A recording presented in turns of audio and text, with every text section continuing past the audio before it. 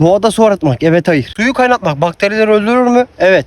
Doğadaki her berrak su içilebilir mi? Hayır. Kaynatmak ağır metalleri temizler mi? Hayır. Su 1 dakika kaynatılırsa içmek için güvenli midir? Evet. Yüksek rakımlarda suyu en az 3 dakika mı kaynatmak gerekir? Evet.